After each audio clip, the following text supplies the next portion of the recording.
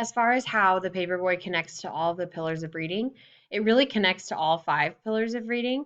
I kind of just noted some things within each pillar that this book connects to. So, as far as phonemic awareness goes, it gives students an ability to recognize all sounds and sounds strung together to make words, so decoding words.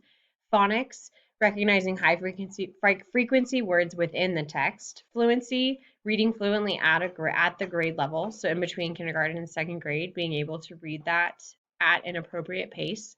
And then vocabulary, there's a lot of new or familiar vocabulary exposure potential within this text and a lot of good conversations that can be sparked. Comprehension, there's an opportunity for conversations about the text relating to prior knowledge. Like I said, it really connects to all five of the pillars of reading by giving students the opportunity to recognize sounds, decode words, practice fluency, recognize and discuss vocabulary in a new text, and comprehend a new text and relate it to prior knowledge.